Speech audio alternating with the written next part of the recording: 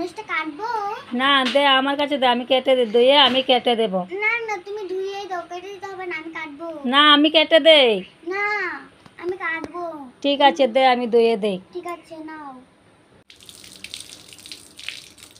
শুনুন, আমি ধুয়ে এনেছি, দাও দাও, আমি কেটে দেই। না, আমি কাটতে পারবো। তুই পারবি? হাত কেটে যাবে। না না, আমি কাটতে পারবো। ঠিক আছে নে, ঠিক আছে। দেখে কাটিস, হাত কেটে যাবে কিন্তু।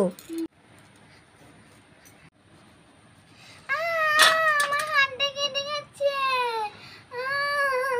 এই শোনো, কি হয়েছে? দেখুন, আমার হাতটা কেটে গিয়েছে। আমি তো বললাম যে আমি কেটে দেব, তুই তো আমার কথাটা শুনলি না। দেখি কতটুকু হাত কেটেছে, দেখেছো কতটুকু হাত কেটেছে। মেয়েটা যে কি করে, আর ভালো লাগে না এই মেয়েটার যন্ত্রণা। আমি বললাম যে আমি কেটে দিই না, মেয়েটাই কাটবো, এখন হাত কেটে নিয়েছে। দাঁড়া, আমি ব্যান্ডেজ করে দিচ্ছি। এই শোনো, তোর হাতটা দে, ব্যান্ডেজ করে দিচ্ছি। কাঁদবি না।